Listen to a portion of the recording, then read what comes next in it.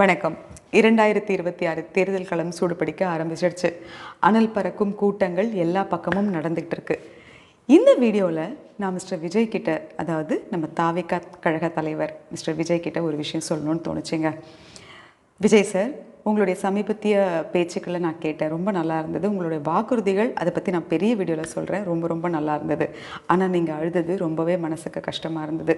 நம்ம பலம் பெருசாக இருக்கும்போது பலவீனத்தை எதிராளிக்கு காமிக்கணும்னு அவசியம் இல்லை. நீங்கள் எதிராளின்னு யார் நினைக்கிறீங்களோ அவங்கக்கிட்ட. ரெண்டாவது, ஒரு நடிகன் அழும்போது அவங்க எதுக்காக அழுதாலும் நடிகன் தானே, நல்லா நடிப்பாம்பா அப்படின்னு கடந்து போயிடுவாங்க. ஸோ இங்கே எடுத்த உடனே யாரும் ஒரு பதவியை அவ்வளோ சுலபத்தில் அடைஞ்சிட முடியாது. நிறைய போராடணும், நிறைய அம்புகளை தாங்கணும், நிறைய அவமானங்களை சந்திக்கணும். அதுக்கப்புறம் தான் நம்ம நினைக்கிறத அடைய முடியும். அந்த நம்பிக்கையோடு நீங்கள் போராடுங்க. ஸோ இதுக்கப்புறம் நோ மோர் டியர்ஸ். அடுத்தது அரசியல்வாதிகள். ஸோ அவங்களுடைய அந்த அநாகரிகமான பேச்சுக்கள் தயவு செய்து இனியாவது எல்லாம் இவ்வளோ அப்கிரேட் ஆகிருக்கு. 2026 பார்த்தீங்கன்னா அவ்வளோ அப்கிரேட் ஆகிருக்கு. ஆனால் இந்த அரசியல் பேச்சுக்கள் மட்டும் இன்னும் அதில் பாதாளத்தில் அப்படியே இருக்குது.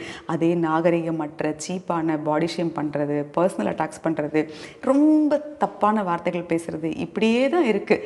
அதெல்லாம் கொஞ்சம் மாற்றிக்கிட்டு ஒரு நாகரிகமான அரசியல்னு வார்த்தைகளோடு மட்டும் இல்லாமல் செயல்லையும் காமிக்க ஆரம்பித்தா கொஞ்சம் நல்லாயிருக்கும்.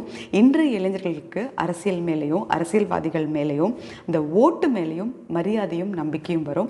இதை கண்டிப்பாக செய்யணும். அடுத்தது மக்களை பொறுத்த வரைக்கும் அடுத்து ஒரு மாற்றம் வரணும், ஒரு நல்லது நடக்கணும் அப்படின்னு நிறைய ஆசை இருக்கும். ஆனால் அதுக்கு நாம தான் முன்னெடுக்கணும். யார் இந்த பதவியில் உட்கார்ந்தா நமக்கு நல்லது நடக்கும் அப்படிங்கிற தெளிவு நம்மக்கிட்ட இருக்கணும்.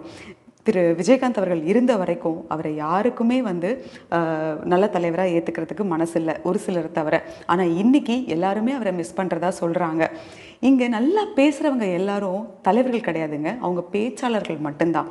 ஆனால் ஒரு தலைவனுக்கு பேச தெரியணும்னு அவசியம் இல்லை.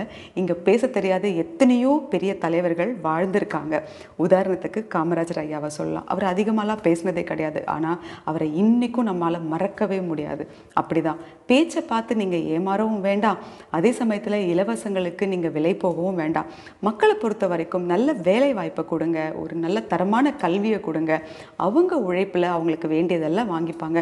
நம்ம இலவசமாக கொடுத்துட்டு அப்புறம் ஓசியில் போகிறவங்க தானேன்னு சொல்லி அவங்கள குத்தி காமிக்கிறதுல என்ன நியாயம் இருக்குது? ஸோ இப்படியான தலைவர்கள் கீழே தான் நம்ம இருக்கோங்கிறத நம்ம புரிஞ்சுக்கிட்டு இந்த முறையாவது நம்ம இந்த மாதிரி இலவசத்துக்கோ பணத்துக்கோ விலை போகாமல் நமக்கான தலைவரை நம்ம தேர்ந்தெடுக்கிறதுல ரொம்ப கூர்மையாகவும் தெளிவாகவும் இருக்கணுங்கிறதுல மனசில் வச்சுக்கிட்டு உங்கள் ஓட்டுக்களை கொடுங்க. கண்டிப்பாக ஓட்டு போடுங்க.